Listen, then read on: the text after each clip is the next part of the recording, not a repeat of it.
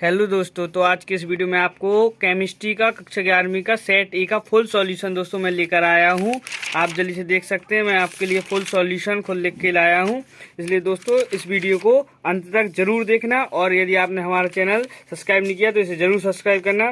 दोस्तों यह paper 100% real है और इसका फुल सॉल्यूशन दोस्तों मैं आपके लिए इस वीडियो में इसके पूरे अच्छे तरीके से सभी क्वेश्चनों को इस वीडियो में प्रोवाइड कराऊंगा। इसलिए दोस्तों अंत तक इस वीडियो में बने रहें। और दोस्तों यदि आपने हमारा चैनल अभी तक सब्सक्राइब नहीं किया है तो इसे जरूर दोस्तों प्लीज सब्सक्राइब कर लें, ताकि हम आपको जल्द से जल्द इसका पीडीएफ प्रोवाइड करा देंगे।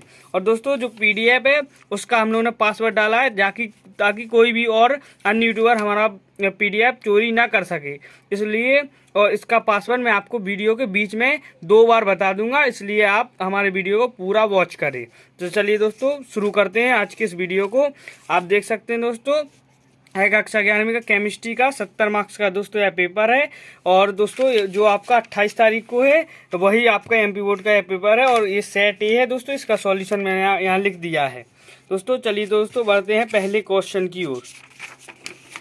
दोस्तों आपका पहला क्वेश्चन है, सही विकल्प का चयन कीजिए, जिसमें दोस्तों आपका पहला है दिगंशीय क्वांटम संख्या L बराबर 0 हो तो संगत उपकोष होगा। दोस्तों इसका सही आंसर हो जाएगा ए, एस उपकोष होगा। हम जानते हैं दोस्तों यदि L बराबर 0 हो तो उसका संगत उपकोष कौन सा होता है, एस। तो मैंने आपको यहाँ भी इसी के साथ साथ लिख दिया है कि यदि आपका L बराबर 0 हो तो इसका संगत उपकोष होगा एस। आप जल्दी से इन सभी के स्क्रीनशॉट ले लें, मैं आपको बाकी बताते जाता हूँ। और इसका आप ध्यान रखिए, पासवर्ड मैं आपको वीडियो के बीच में बताऊंगा, इसलिए स्किप ना कीजिएगा। दोस्तों अगला प्रश्न है आपका, सबसे प्रबल ऋण विद्युतीय तत्व कौन सा है। तो दोस्तों इसका सही आंसर हो जाएगा, हम जानते हैं सबसे प्रबल ऋण विद्युतीय तत्व होता है फ्लोरीन। तो दोस्तों ये रहा आपका सही आंसर, इसका फ्लोरीन। दोस्तों आपका अगला है, एक विक्रम के रुद्धोष्म परिस्थितियों में होने के लिए क्या इसकी कंडीशन होती है। दोस्तों तो हम सब जानते हैं, इसका आंसर हो जाएगा आ नंबर का डेल टी, उसका ताप परिवर्तित नहीं होता। तो इसका आंसर मैंने यहाँ लिख दिया है। अब चलिए बढ़ते हैं दोस्तों 4 नंबर की ओर, चौथा ऑब्जेक्ट है दोस्तों उसकी ओर। ये रहा दोस्तों आपका चौथा ऑब्जेक्ट जो है, ग्रेफाइट में कार्बन का संकरण कौन सा होता है। तो इसका सही उत्तर हो जाएगा दोस्तों sp2 संकरण। sp2 संकरण दोस्तों इसका सही आंसर हो जाएगा, मैंने यहाँ आपको sp2 लिख दिया है। दोस्तों आपका अगला प्रश्न है 5वें नंबर का जो है ऑब्जेक्ट आपका, एथाइल एल्कोहल का IUPAC नाम। तो दोस्तों इसका सही आंसर हो जाएगा एथेनॉल, मैंने यहाँ आपको लिख दिया है। दोस्तों आप चलिए बढ़ते हैं प्रश्न नंबर 2 की ओर, जो कि है आपका रिक्त स्थान की पूर्ति कीजिए। ये रहा दोस्तों आपका प्रश्न नंबर 2, और उसके आंसर भी मैंने आपको लिख दिए हैं। जिसमें आपका पहला है दोस्तों, जल का मोलर द्रव्यमान है। तो दोस्तों इसका सही आंसर हो जाएगा 18.02 ग्राम प्रति मोल। दूसरा है दोस्तों, किसी गैस के 1 ग्राम मोल में उपस्थित अणुओं की वास्तविक संख्या होती है। तो दोस्तों इसका सही आंसर हो जाएगा 6.023 × 10 के ऊपर 3 की घात।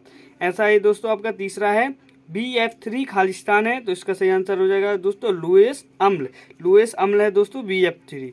और दोस्तों आपका चौथा है, एनिलीन का शुद्धिकरण खालिस्तान आश्वासन से किया जाता है। दोस्तों इसका सही हो जाएगा आप प्रभाजी आश्वासन से। दोस्तों सही आंसर क्या हो जाएगा आपका प्रभाजी आश्वासन। और दोस्तों इसका लास्ट है, मानक हाइड्रोजन इलेक्ट्रोड विभव। इसका मान होता है दोस्तों 0.02200 वोट। दोस्तों इन सभी का आंसर भी मैंने यहाँ लिख दिए, जल्दी से स्क्रीनशॉट ले लें। और दोस्तों मैं आपको फिर से बता देता हूँ, इसका जो PDF है उसका पासवर्ड मैं आपको वीडियो के बीच में बताऊंगा, इसलिए आप दोस्तों पूरे वीडियो को वॉच करें। और इसका PDF टेलीग्राम पर अपलोड होगा, इसलिए टेलीग्राम चैनल को भी ज्वाइन कर लें। अब चलिए बढ़ते हैं दोस्तों प्रश्न नंबर 3 की ओर। ये रहा दोस्तों आपका प्रश्न नंबर 3, ये इंग्लिश मीडियम वाले दोस्तों इंग्लिश में भी देख सकते हैं। और वही रहा दोस्तों आपका प्रश्न नंबर 3, जो कि है आपका सही जोड़ी। आपको इनमें सही जोड़ी मिलानी है। आप जल्दी से दोस्तों इनका स्क्रीनशॉट ले लें, मैं आपको इसका आंसर बता देता हूं दोस्तों। ये रहा दोस्तों इन सभी के सही आंसर, मैंने उनके सामने ही लिख दिए। जिसमें दोस्तों पहला है आपका 273 डिग्री सेल्सियस, इसका हो जाएगा केल्विन। और दोस्तों दूसरा है आपका शुद्ध जल का pH, इसका हो जाएगा 7। और दोस्तों तीसरा है आपका प्लास्टेड ऑफ पेरिस, इसका हो जाएगा CaSO4 ½ H2O। और दोस्तों चौथा है आपका क्षार धातु, और इसका हो जाएगा Mg मैग्नीशियम नाइट्रोवेंजीन, इसका हो जाएगा C6H5NO। आई होप दोस्तों आपने स्क्रीनशॉट ले लिया होगा। और दोस्तों मैंने आपको जो पासवर्ड बोला था वह 4 अंक का था, आप जल्दी से नोट कर लें। उसमें से 2 अंक हो जाएंगे आपके 62, आपके शुरू के दोस्तों 2 अंक हो जाएंगे 62। अच्छे से आप दोस्तों नोट कर लें, शुरू के 2 अंक हो जाएंगे आपके 62 और आगे के और उसके बाद के 2 अंक दोस्तों मैं थोड़ी देर बाद आपको वीडियो में बता दूंगा, जिससे आपका वह PDF ओपन हो जाएगा। चलिए दोस्तों बढ़ते हैं प्रश्न नंबर 4 की ओर।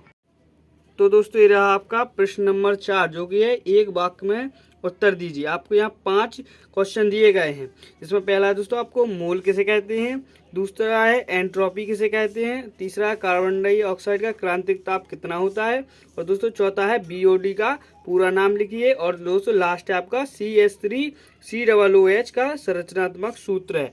दोस्तों इसका भी सॉल्यूशन मैंने आपको यहाँ लिख दिए हैं, आप जल्दी से नोट कर लें। दोस्तों पहला क्वेश्चन दोस्तों आपका था मोल किसे कहते हैं, मोलरता किसे कहते हैं सॉरी दोस्तों।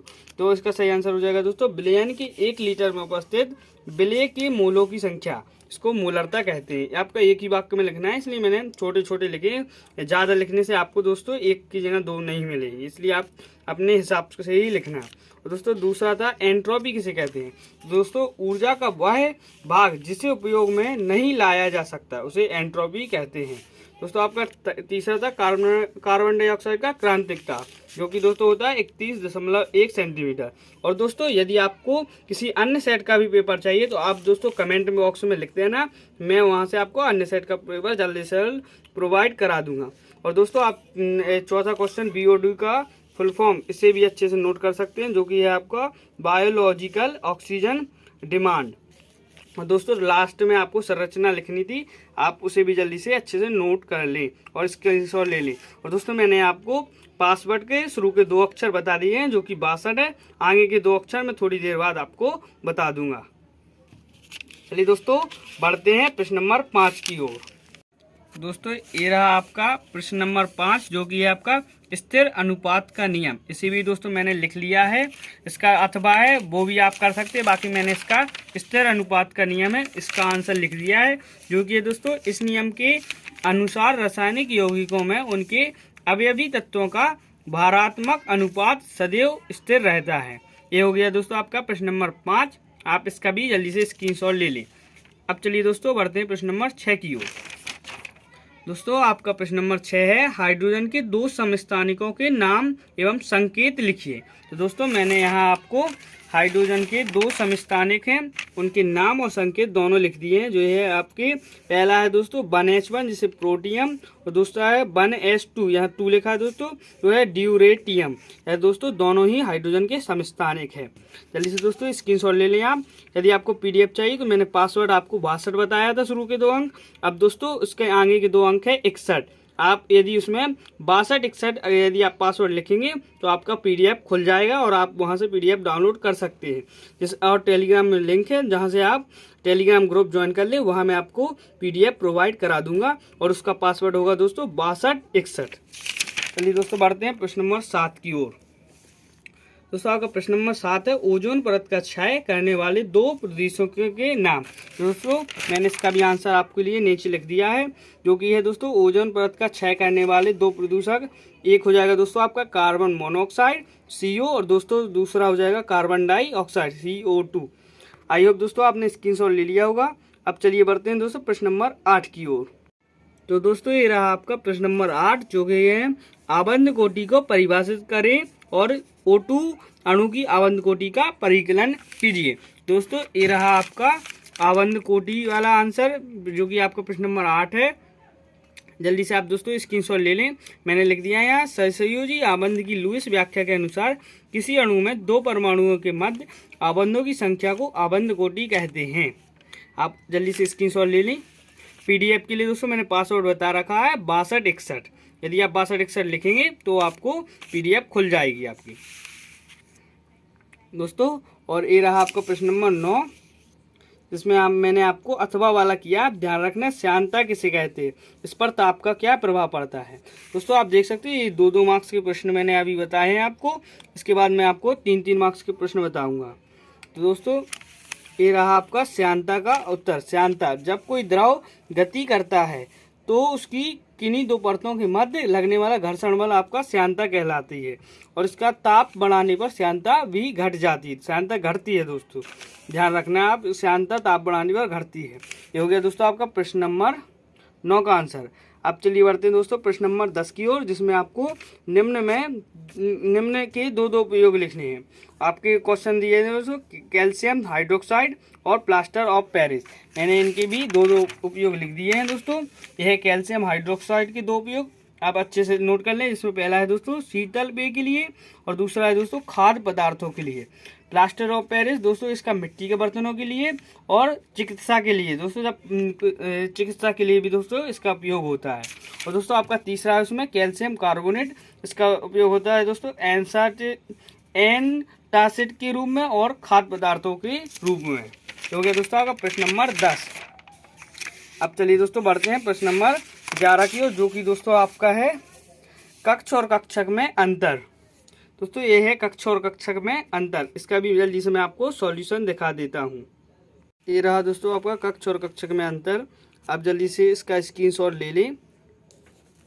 पीडीएफ के लिए दोस्तों मैंने आपको पासवर्ड पहले से बता रखा है, जो कि है 6261। आई होप दोस्तों आपने स्क्रीनशॉट ले लिया होगा। अब चलिए बढ़ते हैं दोस्तों प्रश्न नंबर 12 की ओर। ये रहा दोस्तों आपका प्रश्न नंबर 12, जो कि आयनन ऊर्जा से आप क्या समझते हो। दोस्तों ध्यान रखना है, 3-3 मार्क्स के दोनों प्रश्न थे। मैंने आपको पहले 2-2 मार्क्स के प्रश्न बताए हैं।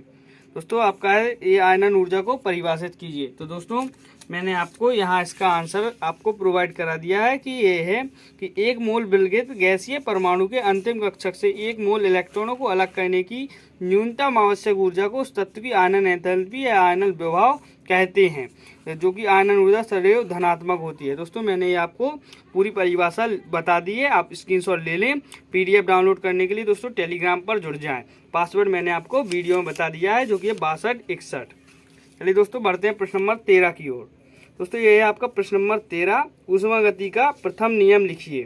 दोस्तों प्रश्न नंबर इसकी जगह मैंने यहाँ दोस्तों उत्क्रमणीय एवं अनुत्क्रमणीय विक्रम ने अंतर को बता दिया है। दोस्तों ये रहा आपका उत्क्रमणीय अनुत्क्रमणीय विक्रम में अंतर। आप जल्दी से दोस्तों स्क्रीनशॉट ले लें। दोस्तों यदि आपने अभी तक हमारा चैनल सब्सक्राइब नहीं किया हो तो इसे प्लीज़ सब्सक्राइब कर लें, ताकि हम जल्दी से आपको इसका पीडीएफ दे सकें। चलिए दोस्तों बढ़ते हैं प्रश्न नंबर 15 की ओर।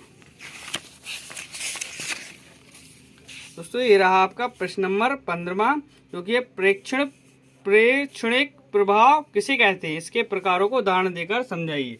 दोस्तों मैंने आपको ये बता दिया, यहाँ लिखा है, तो लीजिए दोस्तों प्रेरणिक प्रभाव किसे कहते हैं, इंडक्टिव इफेक्ट। आप जल्दी से स्क्रीनशॉट ले लें दोस्तों इसका भी।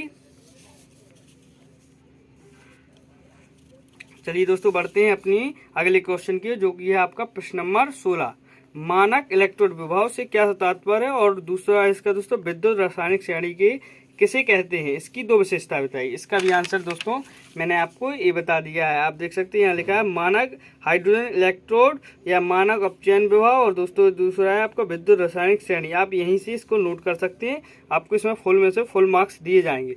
और दोस्तों यदि आपको पीडीएफ चाहिए तो टेलीग्राम पर जल्दी से जुड़ जाएं, और आपको किसी अन्य सेट का पीडीएफ चाहिए तो आप कमेंट कर दीजिए, हम वहां से आपको जल्दी से जल्द प्रोवाइड करा देंगे। और ध्यान रखना दोस्तों यह 100% रियल पेपर है, उसका मैंने आपको पूरा सॉल्यूशन प्रोवाइड करा दिया है। तो चलिए दोस्तों वीडियो को लंबा ना करती हुए मिलते हैं अगले वीडियो में। धन्यवाद दोस्तों।